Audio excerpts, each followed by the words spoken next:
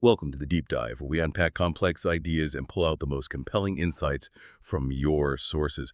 Today, we're taking a fascinating journey into a concept it's popped up again recently in economic discussions, but actually has these really deep roots in anthropology. Involution. It's this term that describes a kind of peculiar growth, one that gets incredibly complex on the inside, but without really fundamentally changing its overall shape, almost like a spiral turning in on itself.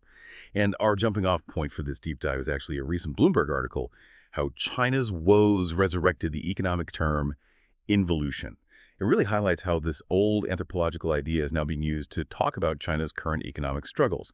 Things like, intense internal competition, overcapacity in areas like electric vehicles, that kind of thing. Yeah, and what's so striking is seeing this term, which anthropologist Clifford Geertz explored, decades ago now, mainly looking at Southeast Asian agriculture, suddenly being applied to a massive global economy like China's. Geertz's foundational work, things like agricultural involution in Indonesia, and his classic The Interpretation Cultures, they give us this incredibly powerful lens, not just for, traditional farming, but for grasping these deeper cultural dynamics that shape, well, almost everything, social interaction, economic progress, even in modern settings.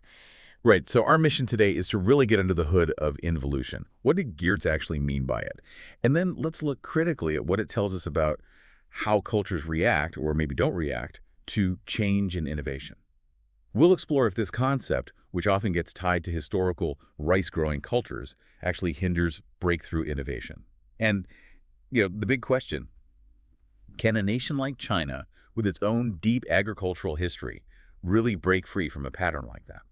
Okay, let's unpack this. So, to start, we probably need to grasp Geertz's basic approach, his whole method for studying culture. He called it thick description, right? Yeah. What exactly is that? Oh, absolutely central. Yeah.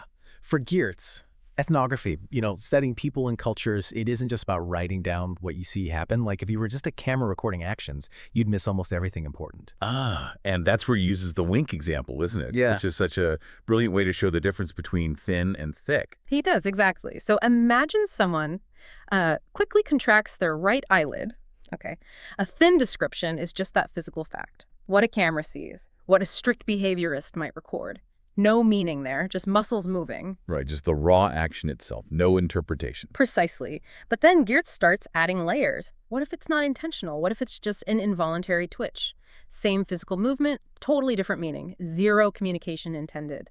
Or what if it's a deliberate conspiratorial wink to a friend? Suddenly, the meaning shifts completely. It depends on shared understanding, context, intention. And he pushes it even further. What if someone is practicing a parody of a friend who's faking a wink to trick someone else into thinking there's a conspiracy? Whoa. Okay, yeah, my head hurts a little now. So it's all about understanding these layers of meaningful structures, as he calls them, the shared codes that give an act its real significance, way beyond just the physical stuff, like peeling an onion, kind of. Exactly. You've got it. This thick description isn't just about what happens, but how it's produced, how it's perceived, how it's interpreted within that specific culture. Without those layers of meaning, those shared symbols, even a simple eyelid twitch wouldn't really exist as a cultural event. It just shows the huge gap between seeing something and truly understanding it in context. And that's crucial because human behavior isn't just physical, it's soaked in meaning and interpretation. Okay, so if culture is this really complex, layered system of meaning, where did Geertz first bring in this idea of involution? What was he originally looking at? He developed it most famously in his work on Indonesia, looking at ecological change. Specifically, he focused on their system of wet rice agriculture, often called sawa. Sawa cultivation. Yeah. And he found it pretty remarkable, didn't he? He described it as a unique crop. He did, yes. He pointed out that wet rice farming, amazingly, does not appear to exhaust the soil even over really long periods without adding fertilizer. Sometimes it seems it might even improve the soil, and it can produce this virtually undiminished yield year after year, often even twice a year.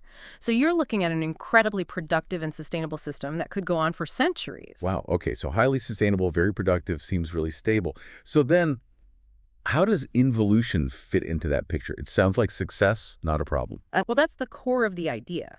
Involution describes what can happen within such a productive, stable system. You get this huge increase in cultural and social complexity, more elaborate rituals, finer social distinctions, more intricate land tenure, without a corresponding leap in overall innovation or efficiency. The system doesn't fundamentally change its mode of operation. Instead, the existing setup just gets more and more detailed, more elaborated, more internally complex. Often this means intensifying labor, more people working harder on the same plot, or making social arrangements more intricate. But it doesn't break through to a new way of doing things. Think of it like an incredibly intricate pattern being embroidered onto a piece of cloth. The pattern gets denser and more complex, but the cloth itself doesn't get bigger or change its basic material. It's an unfolding within, not an evolution beyond. And that clicks right back to the Bloomberg article on China. It's suggesting that kind of pattern might be happening in their economy now, with the destructive internal competition, the overcapacity. Exactly. That's the modern application being suggested. Geertz's insight is that these seemingly robust, productive systems can become a kind of trap if their internal logic prevents them from making really fundamental, disruptive changes. So, applied to China, the idea is that you see enormous effort, huge competition, being poured into refining and intensifying existing ways of producing things, existing market structures. The system gets incredibly competitive internally, maybe even hyper-optimized in certain niches, but without necessarily breaking through to genuinely new economic paradigms or, expanding the whole pie in radically new ways. It becomes this intense internal refinement that paradoxically might actually start yielding diminishing returns or lead to what the article calls destructive competition. Just like Geertz saw, with adding more and more labor to the same rice paddy for smaller and smaller games, well, the social system got ever more complicated. Okay, that's a powerful connection. So this raises a key question then. Is this involution thing typically associated with rice-growing cultures? Geertz's work was in Indonesia, right? And does that imply it inherently stifles big innovations or technological leaps? Could that history suggest a deeper cultural tendency? That's a really important question, and we need to be careful here.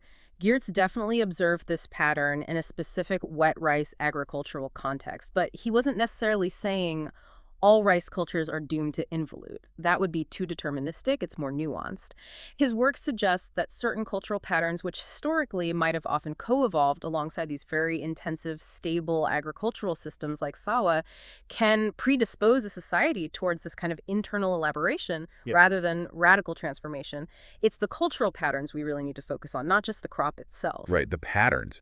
And in Geertz's other big work, Interpretation of Cultures, he gives examples of how these patterns can create that kind of steady state and resist certain changes. He talks about Balinese culture actively sort of blocking individuality, spontaneity. Yes, exactly. He puts it as blocking the more creatural aspects of the human condition: individuality, spontaneity, personality.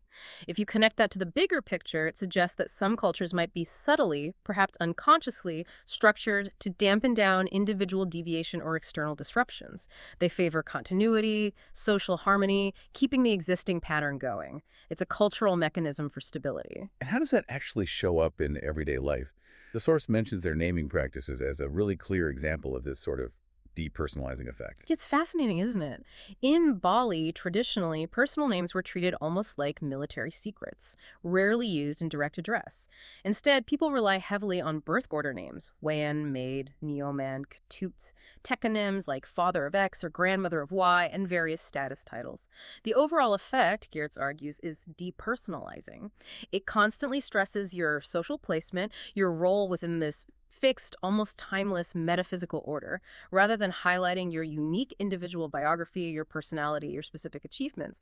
You're primarily defined by your position in the pattern. And their whole concept of time fits right in with that too, doesn't it? Yeah. It's not like our Western idea of time marching forward linear progress. Not at all. Very different. They traditionally use this incredibly complex 210-day permutational calendar for most ritual life. It doesn't just track days sequentially. It defines the quality of each day based on the intersection of multiple cycles, like gears meshing. Some days are full auspicious times for important events. Others are empty, sort of like gaps.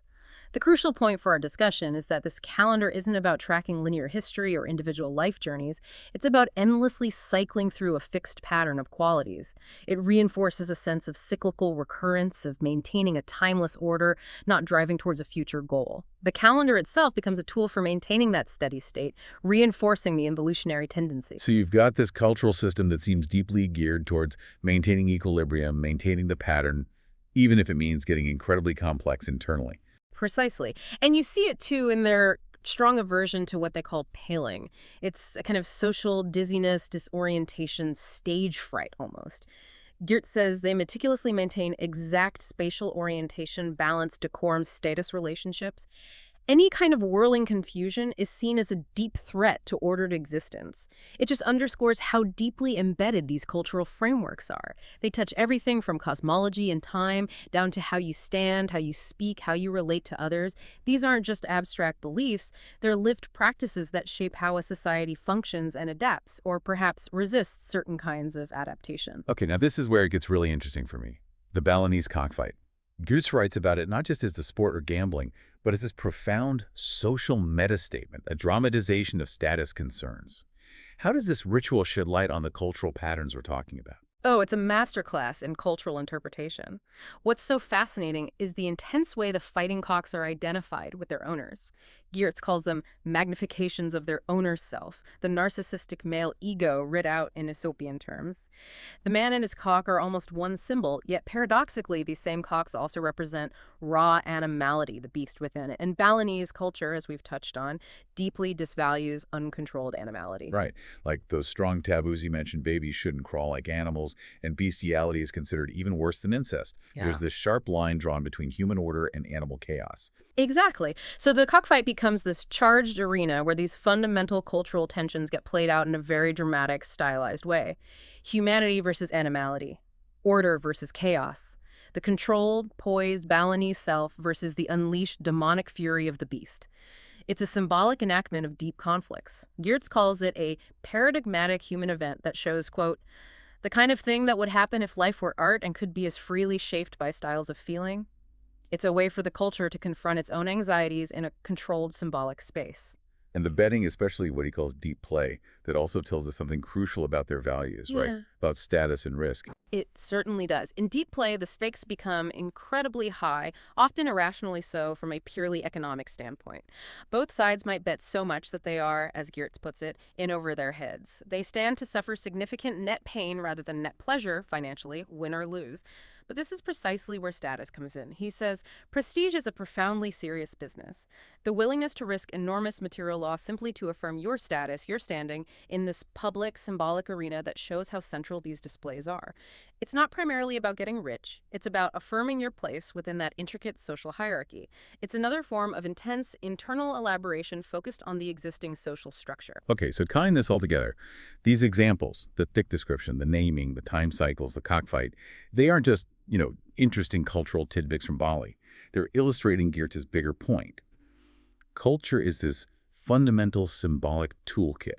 It's how we build meaning, make sense of the world, and how societies make choices.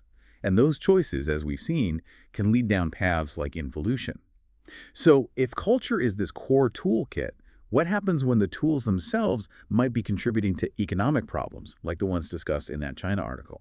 That's the critical question, isn't it? If human thought is fundamentally social, as Geertz argued, and culture provides these symbolic models we use to navigate reality, like a map turns territory into meaningful places, or a poem models an emotion, what happens when those ingrained cultural models encounter powerful new economic forces or pressures for change? Do the very tools that helped a society cohere and function for ages suddenly become, a hindrance to a different kind of progress? The source material touches on this when it talks about ideology, saying ideologies work by providing the authoritative concepts and suasive images that make political or social actions seem meaningful and sensible. It's about framing reality. Right. And this becomes especially clear when you look at societies undergoing major transitions, what Geertz called new states. You often see this intense tension between what he termed primordial sentiments, these deep, almost gut-level loyalties based on ethnicity, language, religion, locality, and civil sentiments, the more modern, supposedly rational affiliations like class interest or political party loyalty. Nationalism, for example, tries to build a new overarching civil identity, but it often ends up intensifying those primordial group tensions because it politicizes existing cultural differences.